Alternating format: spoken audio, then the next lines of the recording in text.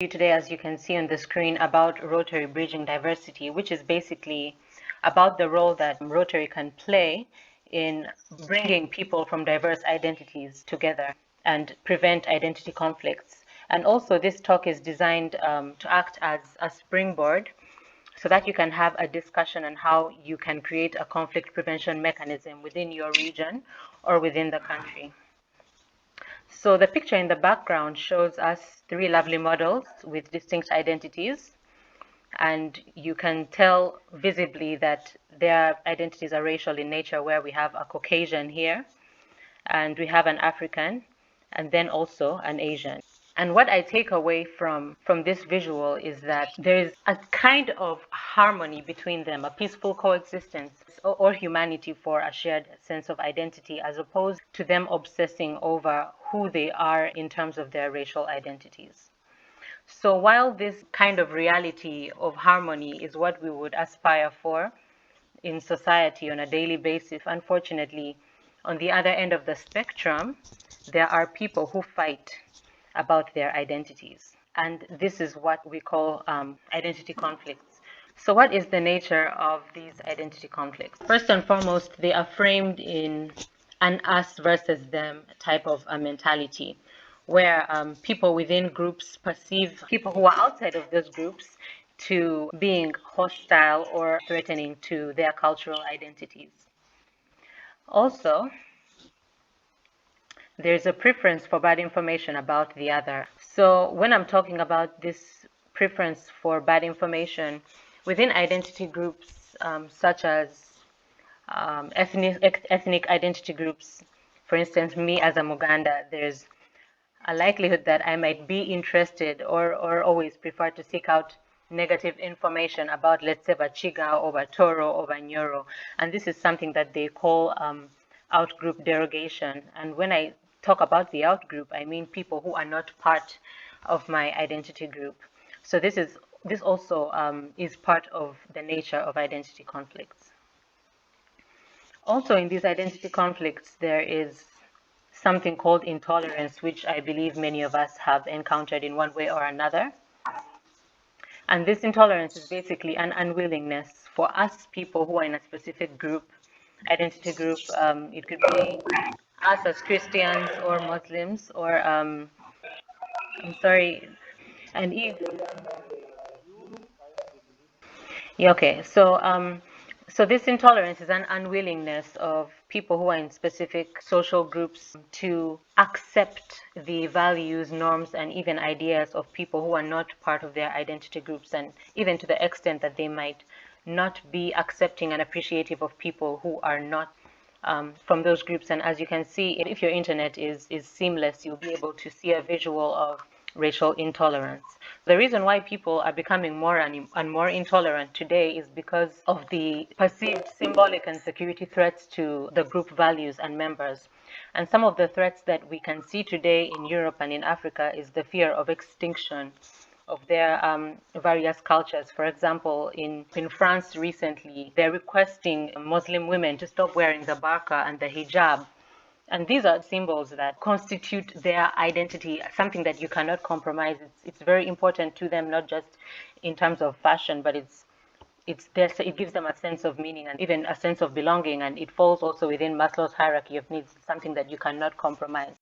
If we treat people from other identity groups in a way that is disregarding or undermining, then they begin to build walls around themselves and makes it difficult for us to have positive intergroup relations.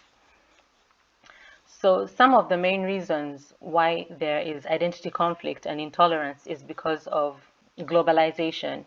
I've mentioned the perceived extinction of cultural identities. And there are stories that we have heard, for instance, in Nigeria, where the Boko Haram is very much against the Western education because they think that it's very liberal in nature and it's not consistent with the tenets of Islam. And this is also prevalent when it comes to immigration today, where very many people in nations are challenged by the new practices that are being brought in by outsiders. So they try as much as possible to limit their interactions with them and not even let them integrate into their communities. One other thing that I can mention that influences identity conflicts is failures in nation building. And, we must be honest that Uganda is not yet at that level of having national values or even a national identity. And in the absence of a territory or a geographical space where we have this national identity, that means that we, especially the youth, are, going to try and find an identity from a different source. And oftentimes these sources are ideologically radical. And this is the story with terrorism and violent extremism. I have interacted with former rebels in the Allied Defense Forces and Al-Shabaab, and these are the same things they talk about. They say we are desperate, we don't have access to our leaders, we don't even know who we are as a people, so it's much easier for them to be radicalized. Before I get into how Rotary can try to mitigate this issue of identity conflict, I just want to take you through a brief logical framework on how these identity conflicts emerge. So before two groups get into a conflict, they have to first assign themselves identities. So the first phase to identity conflicts is that there has to be a social categorization. And this social categorization is basically about people who have a common agenda or a common plight or common characteristics come together and have discussions about how they can sustain themselves or how they can move forward in life. So as they continue to interact, and just to mention, sometimes it doesn't necessarily have to be based on religion. For instance, the revolutionary wars that we've heard about in Europe, such as the Bolshevik War, that were very bloody in nature, these were there were categorizations around social class. So it can be around per capita income or any other form of civilization. So within the social categorization, as they interact more and more amongst themselves, they start to create their moral, ethical, and political values. And once they have created these values, then they start to have a sense of belonging and awareness. And the thing about awareness is that you start to be able to know who you are as a unique group. And that means that you'll be knowing the boundaries of and the characteristics of what makes you as a people, and readily be able to compare yourselves with other groups. And so social identification is where you find the element of sense of belonging and awareness. And once this has been concretized, then you will get to the social comparison phase where there's a prevalence of those negative types of interactions, such as genocide, xenophobia, racism, and ethnic cleansing. I like to always quote a former professor of mine from Makerere University who mentioned that, it's Dr. Ashad Sentongo, and he mentioned that the purpose of identity is for differentiation. And this process here is absolutely perfect in making that clear for us. When it comes to identity, which is a sense of belonging to a group, the only purpose that it has is to show us how different we are. And I think that this is a very good theory because it gives us a sense of awareness about this process. But also we have no excuse when it comes to knowing the potential disaster that awaits us if we don't regulate our social identification, or if we unnecessarily engage in categorization, new type of sects, groups, and small pockets of fellowships here and there. And you get to see the level of intolerance in the media when young people are saying, we are this group and they are that group. And sometimes it's very severe in terms of hateful speech that they post online very unapologetically. But at the same time, while this is mostly a voluntary type of process, there are people who are power hungry, who try to puppeteer young people and influence them to commit acts of genocide or terrorism in the name of, for instance, obtaining a reward in eternal life. So I just want to give you three pockets of evidence from a gentleman called Richard J. Crisp, from his book, The Psychology of Cultural Diversity. And I believe that these statements can help us in guiding what direction Rotary can take in terms of influencing social categorization as well as social identification. So here, Richard J. Crisp mentions that the stronger you identify with your group, the more likely you will be intolerant. And this is a bit logical. I mean, for instance, me, I'm Uganda or a Christian. If all I want to talk about is my faith, to the extent that I just everything that I do, I'm quoting scripture and things of that sort. If I identify more and I assign strong sentiments and importance to my identity, it means that there's a likelihood I will not want to listen to, for instance, my peer Noagaba Musin's identity as a Muslim. So with regards to Rotary, there are ways in which we can manipulate the process of social identity theory, where we can regulate people's identification, and I will tell you more about that. And then Richard J. Crisp also mentions that perceived threats to our moral and symbolic values increases our in-group identification and intolerance.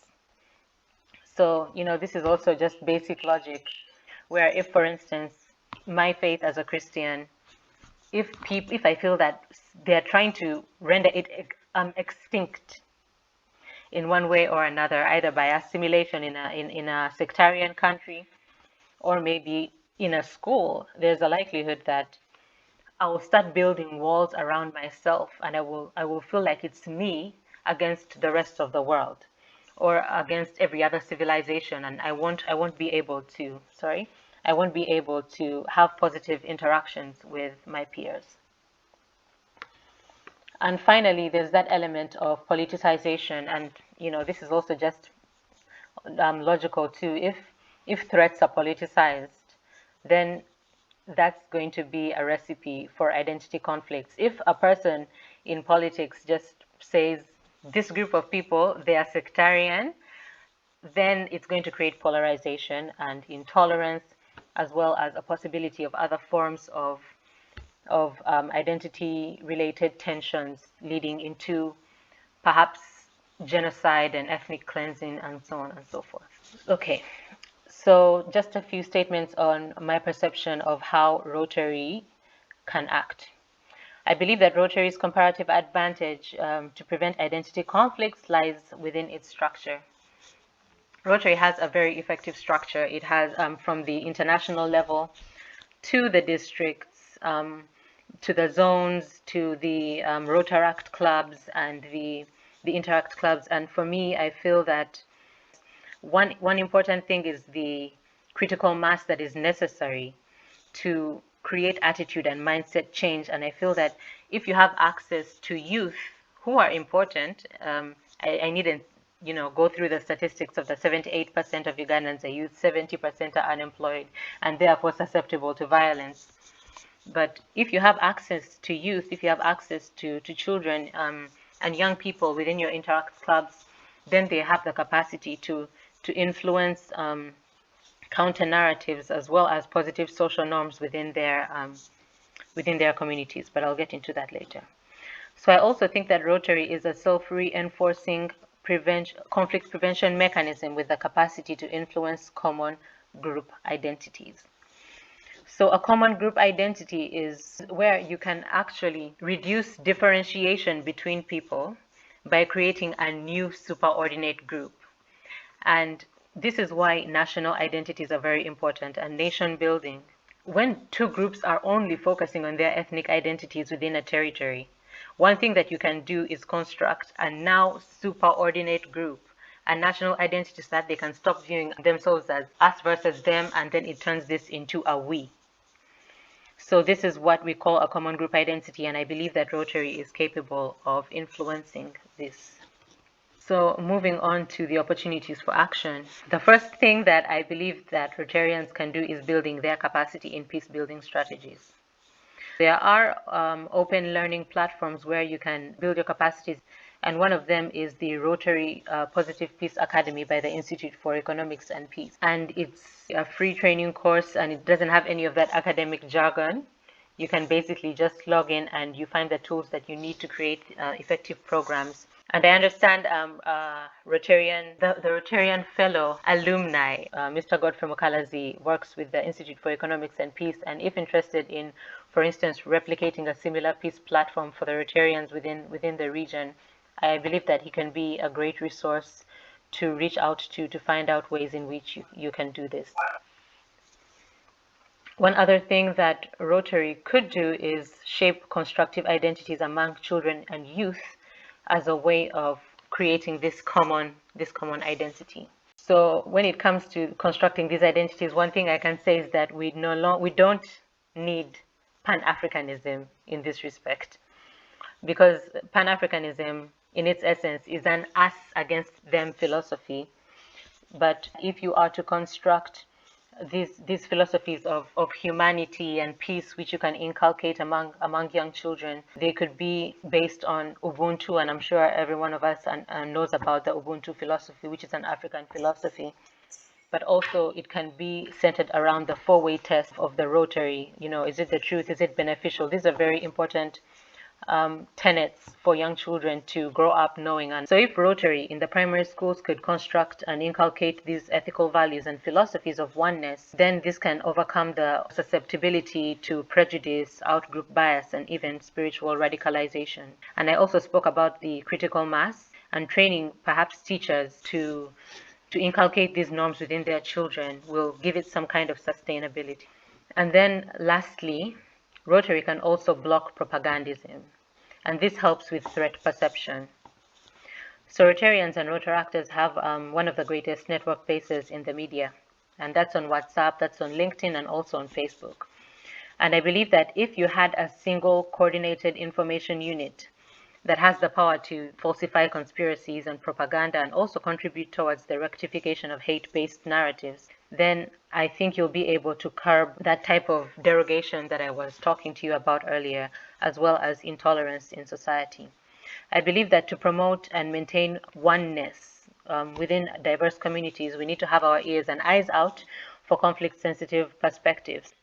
So I believe that this is an area that Rotary is most certainly capable to engage in, that is conflict prevention, based on the structure that it has as well as the willingness that it has. And you can also engage, as much as it is not a political organization, and I hope that you maintain not to engage in the political realm, but you do have the influence power to engage in soft diplomacy. I mean, for all I know, you have so many people who are working in the civil society as well as in government, and they do have the will. As long as you're in Rotary, then the sky is the limit to the extent you can influence peace. Well, that's it for my presentation. I had a lot to say, but I also know in the interest of time, yeah, I guess we can always interact at a later date. Thank you very much for your attentiveness. Thank you.